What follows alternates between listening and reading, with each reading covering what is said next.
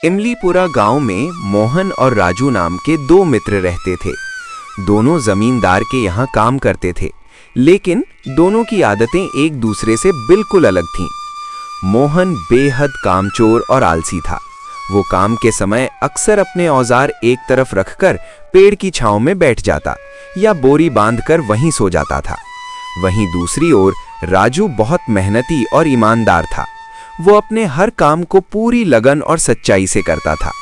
जमींदार के खेतों में पसीना बहाना उसे बुरा नहीं लगता था, क्योंकि वो मेहनत को ही अपनी पहचान मानता था। जब राजू काम में जुटा रहता, तब मोहन केवल उसे देखते हुए आराम करता रहता था। और जैसे ही शाम होती, मोहन अपने पूरे शरीर पर मिट्टी मलकर गांव की ओर निकल पड़ता, ताकि जमींदार को दिखा सके कि वो दिन भर खेतों में बहुत मेहनत करता है। दूसरी ओर राजू नहा धोकर साफ कपड़े पहनकर सीधे जमींदार बाबू के घर पहुंच जाता।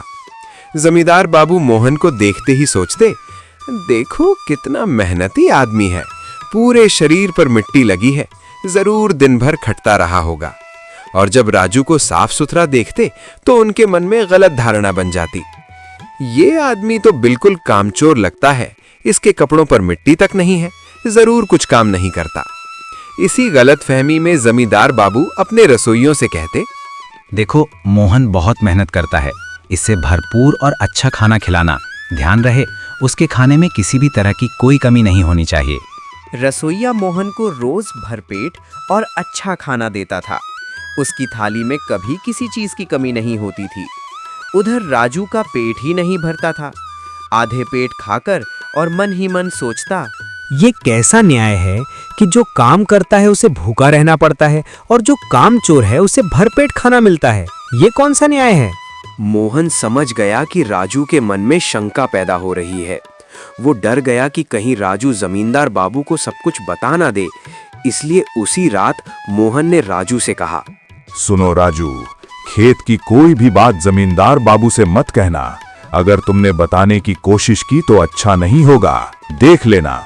ठीक है, मैं कुछ भी नहीं कहूंगा, लेकिन याद रखना, सच को कभी दबाया नहीं जा सकता, कभी भी नहीं। एक दिन सब कुछ सामने जरूर आएगा, देख लेना। पूरे दिन की थकान के कारण राजू सो जाता है और मोहन पूरे दिन सोने की वजह से रात में सो नहीं पाता। रात भर न सोने के कारण मोहन की आंखें लाल थीं।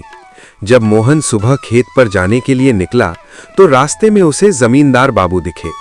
मोहन को देखकर जमींदार बाबू बोले, क्या हुआ मोहन, क्या तुम सोए नहीं थे? तुम्हारी आंखें लाल लग रही हैं। अब क्या ही बताऊं मालिक, मच्छर इतने ज्यादा थे कि उन्होंने मुझे रात भर सोने ही नहीं दिया। अच्छा मोहन, ऐसा है क्या? तो आज से तुम मेरे नए घर में सो जाओ, वहां तुम्हें मच्छरों से कोई तकलीफ नहीं होगी। मोहन की खातिरदारी अब और बढ़ गई। वो जमींदार के घर में रहने लगा और बहुत खुश रहने लगा। अब उसका जीवन ऐसे ही चलने लगा। वो खेत पर जाकर सोता और राजू काम करता रहता। एक दिन जब वे खाना खा रहे थे, तभी रसोइये ने देखा कि मोहन खाना नहीं खा रहा है और उसे बर्बाद कर रहा है, जबकि राजू अच्छे से खाना खा रहा था और उसे बर्बाद भी नहीं कर रहा था।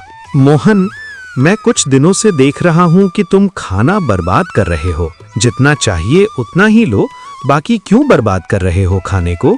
उधर रसोइया राजू को देखकर ये सोचने लगा, ये मोहन खाना बर्बाद कर रहा है और इधर इस राजू का पेट ही नहीं भर रहा है। जरूर कुछ ना कुछ गड़बड़ है। रसोइया जमींदार की पत्नी के पास गया और उनसे प्रणाम करते हुए बोला, प्रणाम मालकिन, मैं कह रहा था कि कहीं ना कुछ तो गड़बड़ हो रही है। उसके बाद रसोइये ने जमींदार की पत्नी को रात के खाने की पूरी बात बता दी कि कैसे मोहन खाने को बर्बाद करता है और कैसे राजू दिन भर खेत में पसीना बहाने के बाद भी उसे कितना ही खाना दो, उसका पेट ही नहीं भरता। रसोइये की बातें सुनकर मालकिन का मन भारी हो गया। उसी रात जमींदार की पत्नी ने जमींदार से कहा, अच्छा जी, जरा सुनिए तो, क्या आपको सच में पता है कि मोहन और राजू खेतों में क्या काम करते हैं? आप कहते हैं दोनों काम करते हैं, पर काम कैसा होता है ये आपने खुद कभी जाकर देखा है? आपको एक बार खेतों में जाकर देखना चाहिए, कौन मिट्टी से लड़ता है और कौन छांव से दोस्ती करता है। मेरा मानना है कि सिर्फ बातों पर नहीं, नजर पर भरोसा होना चाहिए। जमींदार बाबू ने शंका का कारण जानना चाहा तो पत्नी ने कारण बताया। जमींदार बाबू ने सोचा बात तो सही है, एक बार अपने आप उसे देखना उचित होगा कि क्या काम करते हैं। अगले दिन जमींदार बाबू बिना किसी से कुछ कहे अकेले ही खेत पर चले गए। उन्होंने राजू को दूर से देखा और देखा कि राजू बहुत मेहनत से काम कर रहा है, जैसे कि वहां अपने खुद के लिए काम कर रहा हो। फिर वो मोहन को देखने के लिए गए, लेकिन उन्हें कहीं भी खेतों में मोहन दिखाई नहीं दिया। अरे अरे, ये मोहन कहाँ चला गया? कहीं भी दिखाई नहीं दे रहा है। उन्होंने सोचा कि जरूर मोहन काम चोरी कर रहा होगा। तभी जमींदार की नजर मोहन पर पड़ती है। वो पेड़ की छांव में सोया हुआ था। ये देखकर जमींदार बाबू को बहुत गुस्सा आया। वो बिना किसी से कुछ कहे घर लौट आए और अपनी पत्नी से कहते हैं, मुझे उस राजू के लिए बहुत बुरा लग रहा है। मैंने उसके साथ बहुत अन्याय किया है। नहीं, मुझे ऐसा नहीं करना चाहिए था। एक आदमी बिना कुछ कहे लगातार परिश्रम करता जा रहा है और दूसरा बिना कुछ काम किए सुख भोगता जा रहा है। मैं राजू को पहचान नहीं पाया। आप राजू को कोई दूसरा काम दे दीजिए और हमारे रिश्तेदार की बेटी की शादी हम उससे करवा देंगे। इससे हमारी बेटी भी हमारी नजरों के सामने ही रहेगी। क्या कहते हैं आप? बोलिए ना। जमींदार बाबू की पत्नी की बात सुनकर जमींदार बाबू को बहुत अच्छा लगा। उन्होंने सोचा कि ये सही है, राजू बहुत सच्चा और ईमानदार भी है। उन्होंने शाम होने तक इंतजार किया। जब वे दोनों आए तब जमींदार बाबू मोहन से कहते हैं, मोहन, अभी मेरे कमरे में आओ, मुझे तुमसे कुछ बात करनी है। मालिक, ये मिट्टी साफ कर कर आता हूँ। पूरे शरीर में मिट्टी लगी हुई है। पूरे दिन काम, मिट्टी और पसीने में रहना पड़ता है। आप तो जानते हैं कि तुम्हें कितना काम रहता है।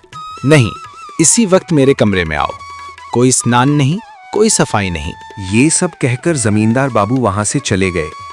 मोहन सोचने लगा कि ये सब क्या हो गया जो जमींदार बाबू ने मुझे अपने कमरे में बुलाया।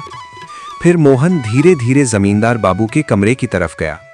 जमींदार बाबू ने मोहन को देखकर कहा, आ गए मोहन, अभी तुम्हारा एक काम और बाकी है। तुम राजू को अच्छे साफ पानी से स्नान करवा देना, फिर उसे अच्छे वस्त्र पहनाकर इसी कमरे में लेकर आना। ठीक है, समझ गए ना मोहन? मालिक, ये कैसा न्याय है? पूरा दिन खेतों में मिट्टी पसीने से लथपथ होकर काम करने वाला मैं और उस आलसी राजू को नहलाकर इस कमरे में लाऊं? इतने दिनों से तुमने मुझे मूर्ख बनाया है, लेकिन अब नहीं। आज मैंने अपनी आंखों से देख लिया है कि तुम कैसा परिश्रम करते हो। तुम आलसी हो, काम चोर हो और झूठे हो। अभी इसी वक्त इस घर से निकल जाओ। अब मैं तुम्हें अपने यहाँ काम पर नहीं रखूंगा, एक पर भी नहीं। ये सुनकर राजू हाथ जोड़कर जमींदार बापू से कहते हैं, मालिक सुनिए, हम दोनों ही तो आपके पास काम के लिए आए थे ना। आप दया करके मोहन को एक और मौका दे दीजिए। मुझे पूरा विश्वास है कि आगे से ये कभी ऐसा नहीं करेगा।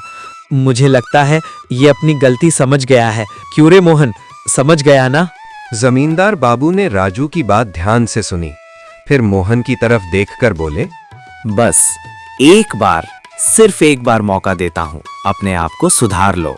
अब तुम्हें साबित करना पड़ेगा कि तुम आलसी नहीं हो, मेहनती हो। याद रखना मोहन, ये आखिरी मौका है। इसके बाद राजू हिसाब किताब का काम देखने लगा और मोहन सच में बहुत परिश्रमी हो गया।